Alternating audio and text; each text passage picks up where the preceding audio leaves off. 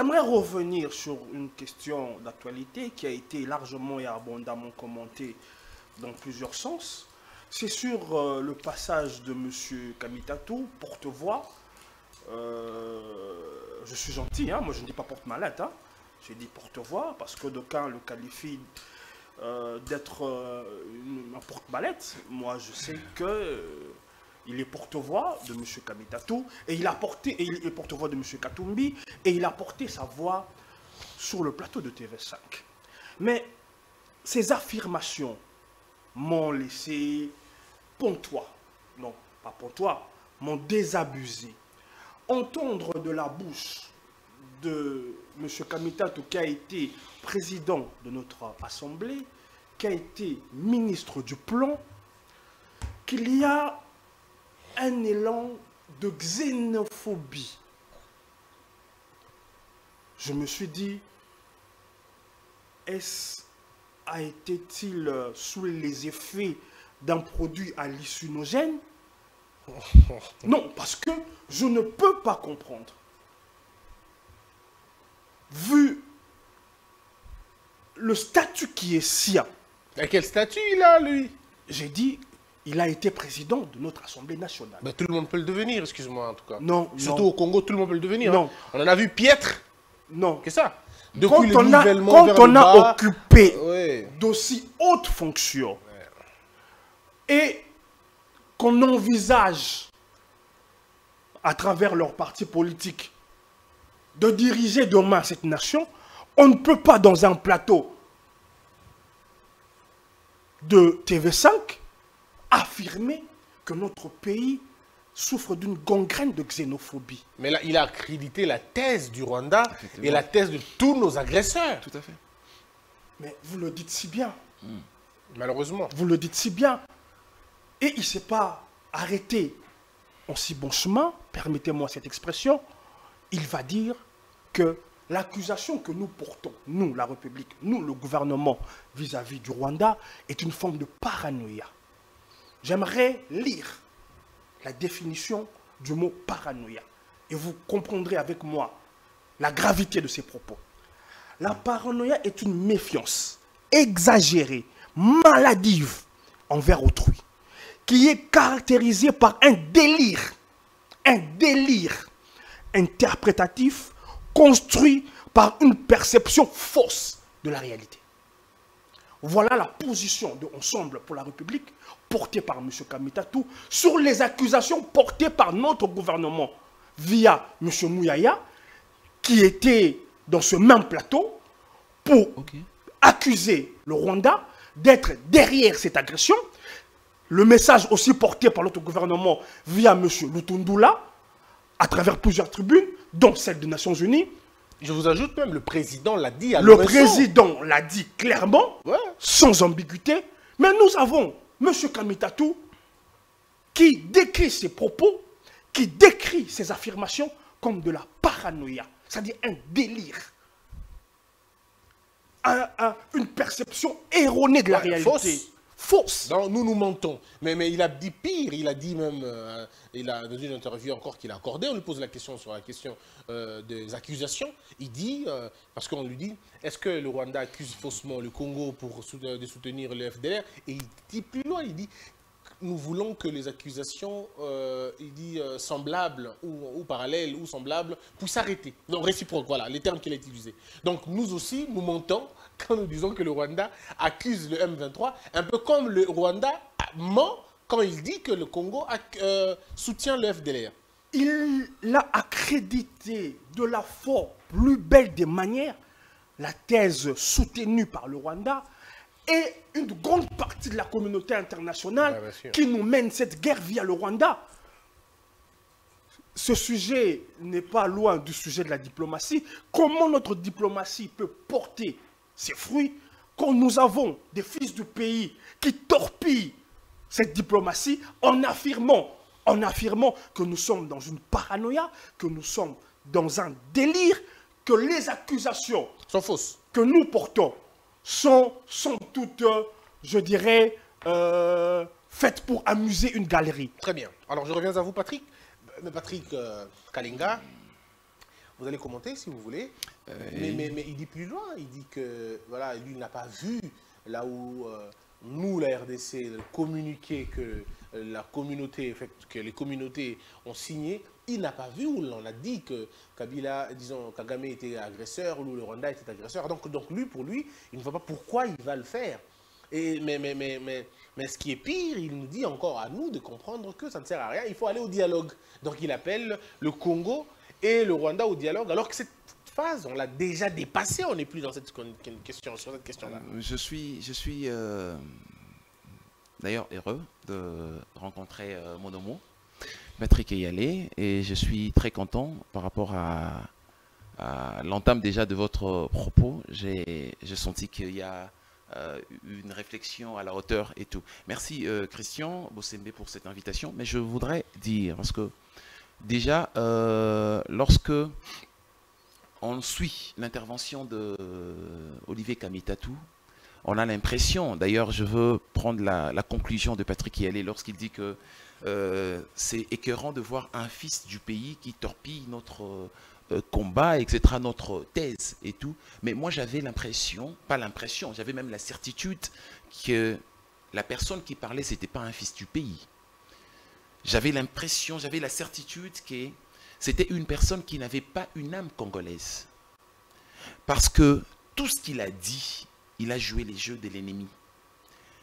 De deux, lorsqu'il aborde la question sur la prolifération ou la prolifération des discours de haine, des xénophobies, il est en train d'accuser les Congolais d'être des xénophobes, etc. Et pour accréditer la thèse du dialogue politique. Nous savons généralement que les politiques ailleurs, les gens en mal de positionnement, les gens qui n'ont que leur esprit, pas leur esprit, je ne veux même pas dire qu'ils ont leur esprit, qu'ils ont leur corps. Parce que l'appétit corporel, c'est de la basse classe.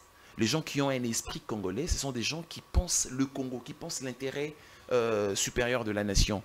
Mais les Congolais ne sont pas aussi lobotomisés qu'ils pensent. Les Congolais ne sont pas amnésiques. Les Congolais connaissent l'histoire du pays.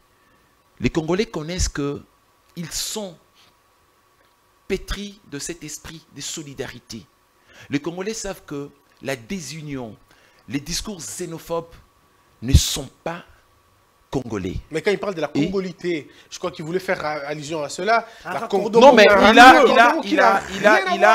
il a essayé subtilement de... C'est pourquoi j'ai dit qu'il a joué les jeux de l'ennemi. Lorsqu'il essaye de réfléchir subtilement en laissant planer que la communauté Banyamulenge est victime de cette xénophobie-là, et ça accrédite la thèse du Rwanda. Parce que le Rwanda dit qu'il y a le Tutsi congolais qui sont, dans une certaine mesure, traqués par le Congolais. Et le gouvernement n'arrive pas à accéder aux desiderata et aux revendications de ces Tutsi congolais. Donc c'est une guerre de communauté et ces gens-là ne sont pas en mesure de faire prévaloir ces droits parce qu'ils ne sont pas écoutés. Est-ce qu'il y a des tribus ici au Congo qui revendiquent des terres, qui revendiquent des dialogues, qui revendiquent des choses? Mais non. C'est-à-dire qu'il y a une machination politique dans le propos de Olivier Kamitatou. Et je ne veux même pas m'attarder sur ça. Ça me pousse la position de Katumbi. Mais lorsque Kamitatou, qui est porte-voix ou porte-mallette, je préfère porte-voix. porte-voix de Moïse Katumbi, c'est tout à fait logique. Et c'est logique que c'est la voix aussi de Kamitatou. De Moïse Katumbi n'arrive pas à parler pourquoi depuis tous ces temps. Il y a une vidéo qui circule dans les réseaux où, dans une rencontre entre Kagame et ses partenaires, il y avait Moïse Katumbi dans cette rencontre, mais vous pressentez déjà que la personnalité de gens qui sont en face, qui sont censés ou qui prétendent diriger le pays demain, il n'y a pas une personnalité. En fait, on a l'impression que ce sont des girouettes, ce sont des gens qu'on peut très facilement manipuler par des forces extérieures au détriment des intérêts nationaux. La civilisation, on dit souvent, la civilisation est rongée de l'extérieur parce que il y a des complices à l'intérieur. Et c'est pas, la 5e colonne. C'est pas intéressant. Très bien. Alors, Patrick, on va terminer cette question. Mais alors, moi, la question que je vous pose à vous deux, c'est toujours autour de la question de M. Kamitatou. mais est-ce qu'il a conscience de ce qu'il dit généralement? Puisque, il faut le dire, ce n'est pas la première fois. C'est lui qui nous a amené le terme congolité alors qu'on ne parlait même pas de congolité. C'est lui qui a amené tout un peuple dans la déroute de parler de cette histoire de congolité, ce qui est très dangereux alors que ni l'auteur de la dite loi ou de la proposition n'avait jamais parlé de la congolité. Ça n'a rien à voir. Ça n'avait rien à voir. Et c'est lui qui a amené Moïse Katumbi dans ce débat alors qu'on ne parlait pas de Moïse Katumbi, on ne faisait même pas allusion au nom de quelqu'un, mais c'est lui qui a donné le visage à un débat qui n'avait pas sa place. Est-ce que monsieur est au courant? Puisque vous semblez le dire qu'il a géré des grandes fonctions, alors que moi je vous dis que n'importe qui peut jouer des fonctions au Congo, surtout dans le régime passé, tout le monde pouvait devenir tout. Est-ce qu'il a conscience à ça? Il a conscience de ce qu'il raconte? On peut faire le procès ou les reproches sur bien de choses à M. Kamitatou, mais on ne peut pas lui faire procès ou reproche de ne pas être un homme intelligent. Il parle français. Non, non. C'est différent, Patrick. Oui. Parler français, être intelligent, c'est deux choses différentes. J'en viens. Il parle français, mais aussi c'est un homme intelligent. Mais c'est aussi ça qui constitue le malheur du Congo. Parce que bon nombre des personnes intelligentes ont, je dirais, galvaudé, vendu à vil prix leur savoir. Voyez-vous, ils n'ignorent pas la teneur de ces propos. Non. J'avais dit précédemment que peut-être qu'il était sous les effets des produits, j'ai dit peut-être, hallucinogènes, mais je me dis non. Quand vous parlez de la congolité, il sait avec pertinence ce que cela veut dire et ce que cela peut causer. Quand il fait le raccordement entre ce débat de la congolité et les excès qu'ont commis quelques 2, 3, 4 saltimbanques, mais il joue avec les mots pour manipuler l'opinion. Et ça, cher ami, c'est donné à des personnes intelligentes. Mais, fort heureusement, aujourd'hui, plus qu'hier, l'opinion n'est plus dupe. L'opinion n'est plus dupe. Vous avez demandé à savoir si ce qu'il disait engageait M. Katumbi. L'une des rares fois où M. Katumbi a pris la parole, ou je dirais plutôt s'est exprimé, parce que c'était à travers un tweet, mais il a dit à peu près ce que M. Kamitatou a dit, surtout que l'on soupçonne que les tweets que fait M. Katumbi, c'est M. Kamitatou, en réalité, qui le fait. Ce tweet disait ceci. Non, mais vous n'allez pas quand même dire ça. Katumbi écrit seul, quand même. Non, mais pas forcément, parce qu'il y a des gens qui travaillent dans l'ombre et qui travaillent dans... Mais c'est pas Kamitatou, je crois qu'il en a une équipe comme ça. Ça, mais on peut relativiser. Dans ce tweet... Vous êtes autant provocateur que Kamitatou. Que je soupçonne M. Kamitatou en être l'auteur, il était déjà dit dans ce tweet que la meilleure voie serait le dialogue. Cher ami, vous savez, la même proposition, si elle sort du président ou de son entourage, vous allez entendre le brouhaha, vous allez entendre M. Ambongo, qui, je ne sais pas, a perdu son latin, faire l'homélie à l'occasion pour fustiger de tels propos. Mais quand ça sort d'eux, il y a un silence assourdissant de la bien-pensance. il y a un silence. Ce tweet a dit exactement qu'il fallait un dialogue franc avec le Rwanda. Un peu comme lui-même, Kamitatu, a eu à le dire, il fallait un dialogue dépassionné, un dialogue franc avec le Rwanda. Mais quand il dit dépassionné, il fait allusion à quoi dépassionné? Je ne comprends pas comment il raconte des trucs. On va quitter ce débat. Non, je vais en finir. Je préfère la position que tient M. Fayulu sur ce sujet. Parce que, autant M. Fayulu est en total désaccord, et ce n'est pas une surprise, avec M. le Président Félix Tshisekedi, autant dans son discours, il est en désaccord et il pointe le Rwanda. Je préfère cette posture que la posture de mettre dos à dos le Rwanda et la RDC. Alors qu'il y a un pays la posture qui va même loin d'accréditer la thèse du Rwanda. Très bien, Patrick, on va...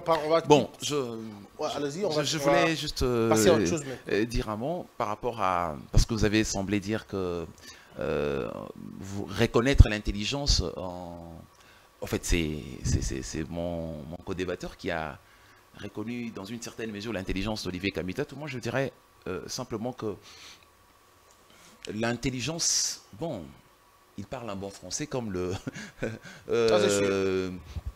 comme Christian l'a dit, mais c'est quelqu'un qui est imbu de lui-même, c'est quelqu'un qui est très orgueilleux. Je vous donnerai un cas, lorsqu'il fut ministre de Plan, le jour de la remise et reprise entre lui et Délice Esanga, il disait qu'après lui, au ministère de Plan, il n'y aurait personne qui pourrait faire mieux que lui. Alors, mieux que lui, il n'avait rien foutu. Et Délice Esanga a démontré par A plus B qu'il était d'ailleurs de loin supérieur en termes de actions posées au ministère de Plan. C'est quelqu'un qui qu'est-ce que lui a déjà fait même à la non mais rien. C'est pourquoi j'ai dit que je soutiens le fait que c'est quelqu'un qui parle français. Il parle français, mais en termes de raisonnement, quelqu'un qui est intelligent et en même temps humble. C'est pas pour rien que dans les arts martiaux, il y a ce qu'on appelle la ceinture blanche large. Très souvent, quand je grandissais, je pensais que la plus grande ceinture en judo, c'était la ceinture noire. Mais non, la plus grande ceinture en judo, c'est la ceinture blanche large. Vous commencez à apprendre avec la ceinture blanche et vous terminez les summums.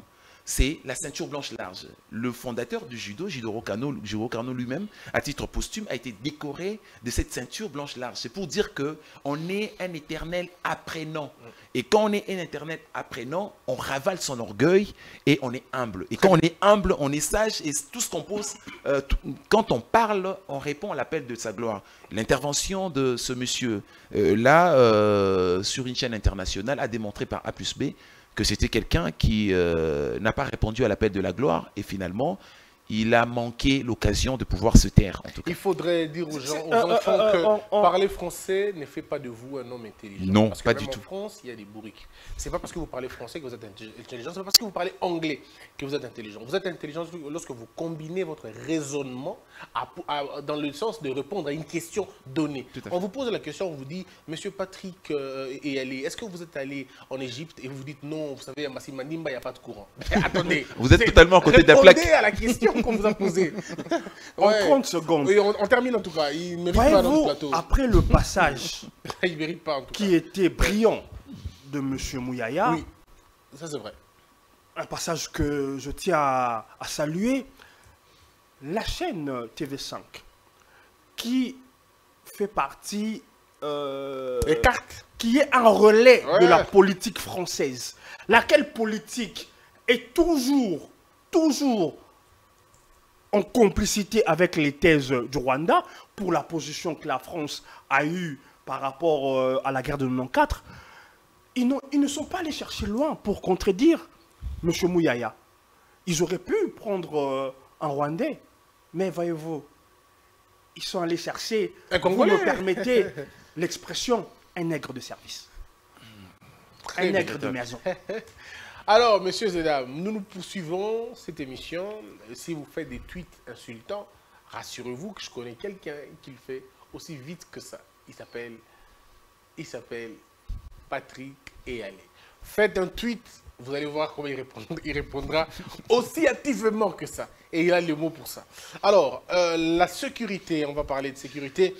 Je commence avec vous, Patrick Kalenga. Aujourd'hui, la grande question, c'est celle de réarmer, si vous voulez, notre armée. Il y en a d'autres qui parlent de la refonte de l'armée, d'autres parlent de la réforme de l'armée. Et comment nous allons trouver les saluts, selon vous? Faut-il réarmer notre pays, redéfinir la politique militaire, la politique de défense? Qu'est-ce qu'il faut faire exactement? Bon, vous avez utilisé deux concepts, la réforme et la refonte. Oui. Et tout. Oui, je suis d'accord que l'on utilise les deux concepts déjà. La refonte de cette chaîne de commandement de l'armée, ça c'est très important. Il faut qu'il y ait une refonte totale. La réforme, bien évidemment, parce que l'agression que nous subissons actuellement, c'est un obstacle, c'est une difficulté qui recèle en elle une opportunité. L'opportunité de pouvoir réfléchir et développer quand même, réfléchir sur la politique de défense de notre pays. Nous avons un pays qui, depuis belle lurette, souffre d'agressions, de guerres intempestives qui nous empêchent de prospérer, d'instaurer ce bien-être qui se trouve être la finalité même de l'action politique. S'il y a des guerres, on ne sait pas rendre prospère notre pays. Et donc, vous remarquerez que le rêve d'un Congolais aujourd'hui, c'est il y a deux aspects. Il y a le problème de refonder ou réformer notre armée pour que l'armée remonte en puissance par rapport aux agressions intempestives que subit le pays. Mais de l'autre côté, il y a la question de la prospérité du pays. Alors, pour l'armée, vous allez remarquer qu'il y a des pays, en tout cas, qui ont suivi cette méthodologie-là de refonder, de mener des grandes réformes au sein de l'armée. En 2012, en Chine, il y a par exemple le général Jinping qui a initié quand même un grand travail de réforme de l'armée chinoise. Parce qu'il fallait nécessairement... il y avait des infiltrés au sein de l'armée. Parce que quand il y a des infiltrés au sein de l'armée, vous ne pouvez pas, comme ça, à la veille, dire, bon, il y a des infiltrés, il faut le chasser, etc. Ça va créer des frustrations. L'armée, on ne la gère pas comme on gère nos humeurs. Encore faut-il savoir maîtriser nos humeurs. L'armée, il faut y aller tout doucement et de manière méthodologique. Donc, dans notre armée, il y a le problème de la chaîne de commandement qui pose un sérieux problème. Il y a le problème de la capacité d'opérationnalisation, la capacité opérationnelle de notre armée, qu'il faudrait travailler sérieusement pour rendre très opérationnel, accroître les niveaux opérationnels de notre armée. Il y a aussi l'amélioration même des conditions de l'exercice du métier du militaire. C'est très important aujourd'hui que l'on arrive à mettre un budget conséquent au sein de notre armée pour permettre quand même aux militaires de pouvoir faire des exploits, vivre convenablement et que les gens qui ne sont pas militaires aujourd'hui, qui rêvent quand même, parce que le rêve de devenir militaire, apparemment, ça s'est effrité dans l'âme du Congolais. Il faut susciter un intérêt, que les gens se disent que ben voilà, moi je voudrais quand même aller dans l'armée, servir sous les drapeaux de la République et défendre les intérêts du pays. Il y a ça, et donc il faut nécessairement, lorsqu'on va mener cette réforme au niveau de l'armée, permettre aussi aux politiques de pouvoir travailler pour rendre prospère notre pays. Alors Patrick, regardez l'image, celle que tu vois devant l'écran.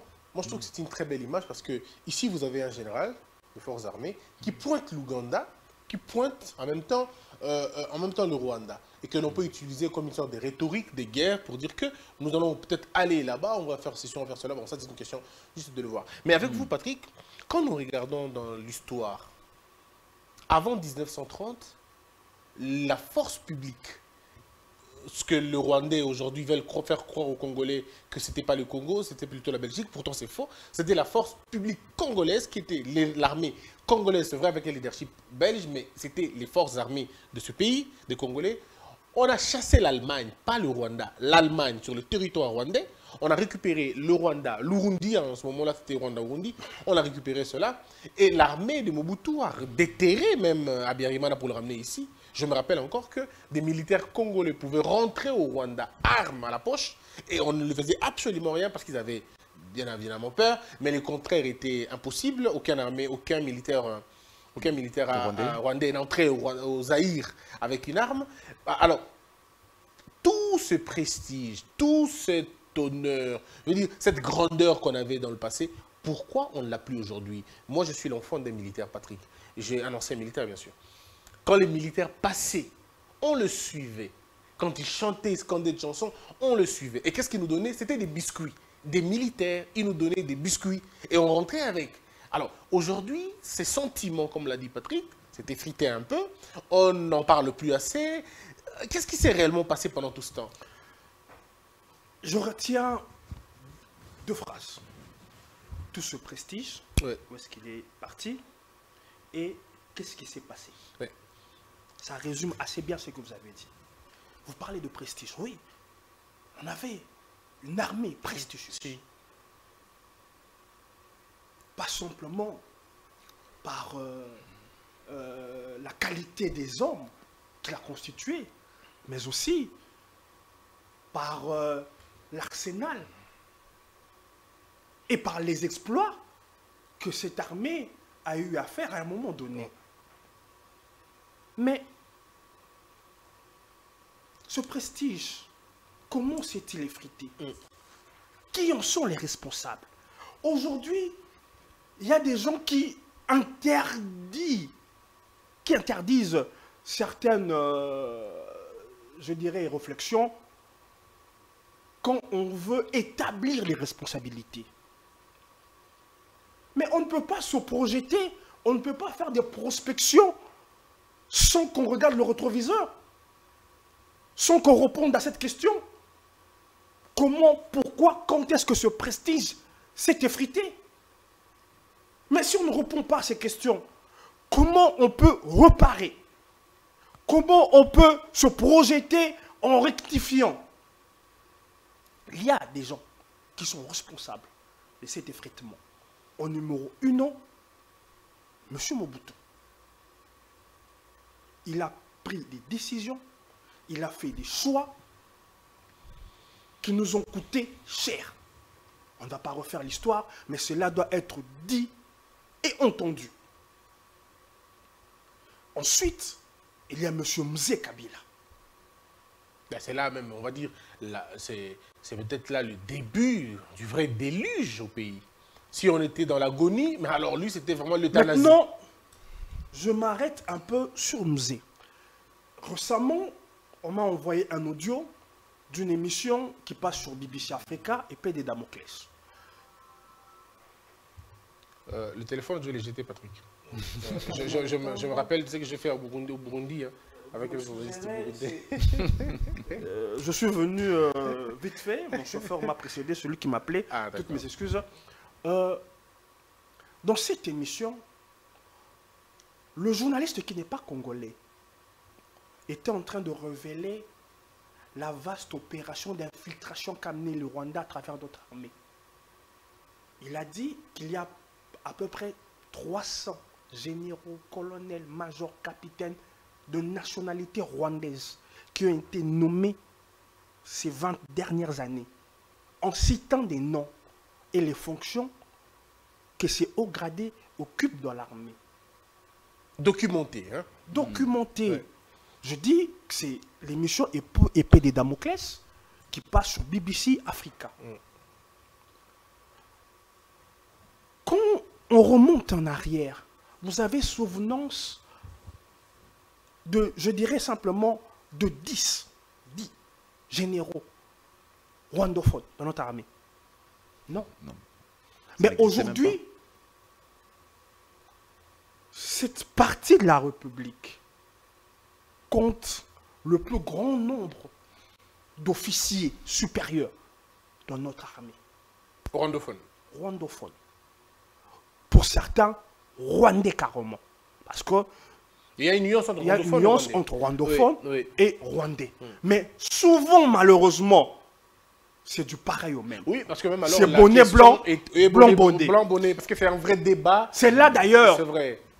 où se situe notre plus grand problème. Oui, parce que quand vous parlez de réforme, quand il va falloir exécuter, mettre en branle cette réforme, mais ça sera encore une autre source de rébellion. Et il peut parce y que avoir une mutinerie même si vous ne faites pas attention. Tout justement, il y a des gens qui parlent de cette question, avec, je dirais... Autant de légèreté, hein. Ils disent révoquer les généraux. Ben, vous allez révoquer un général comme ça? Les rébellions que nous avons actuellement, elles ont été greffées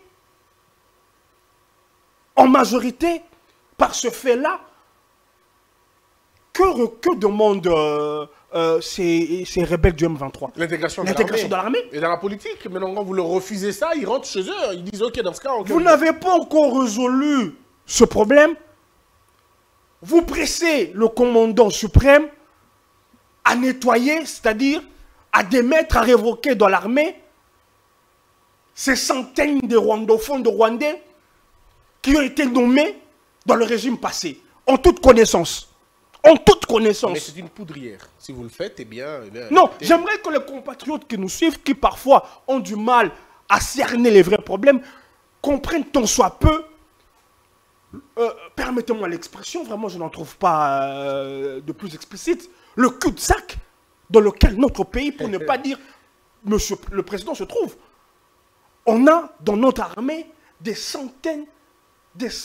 Dernièrement, quelqu'un vantait une image où on voit M. Kagame avec son armée, tout ça. J'ai dit, même au temps de M. Kabila, qui n'était pas ma tasse de thé, jamais, quiconque a défi, ni dans un tweet, ni dans un passage à la télé, vous verrez moi, le fils de mon père, Jean-Pierre Réalé, et de ma mère, Madame Claude, encenser M. Kagame. Très bien. Aujourd'hui, la difficulté, c'est laquelle? Quand le président réunit le Conseil de sécurité,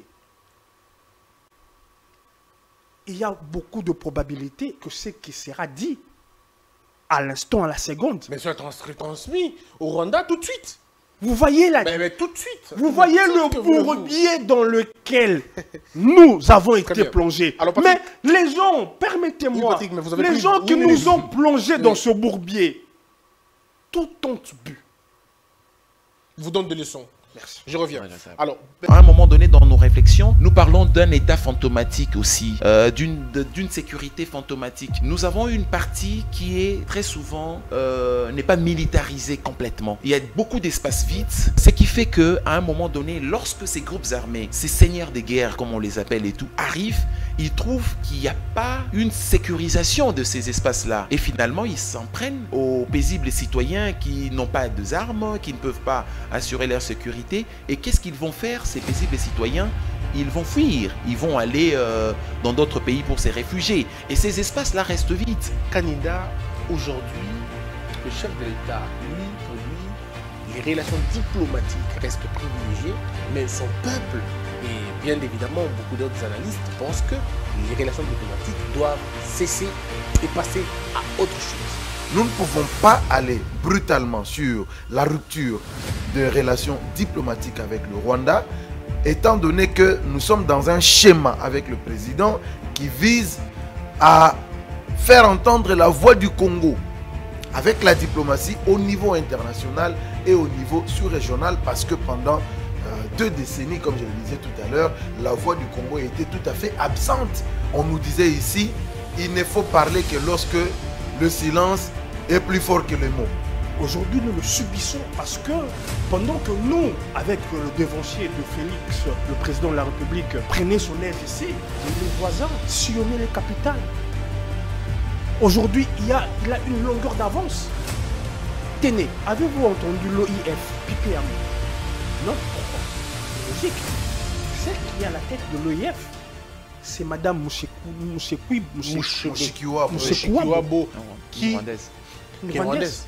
Que faisait la République pendant que cette femme était portée à la tête de cette institution? On l'a concédé. La Ouais, RDC oui. l'avait concédé. Ah, on s'entend, Ouais. effectivement. La RDC avait concédé. C'est pour dire aux personnes qui ne veulent pas que l'on pointe les responsabilités, Oui. qui ne veulent pas que l'on regarde le rétroviseur. On n'a pas de voix. Là où on pouvait avoir une voix qui pouvait peser. Pourtant, le Rwanda a quitté la francophonie. Hein. Le Rwanda Il a n'est pas quitté le français. n'est même plus un pays francophone. Oui, il a quitté. On pouvait, si on avait placé quelqu'un, cette personne aurait pu mener cette guerre médiatique avec nous, pour nous.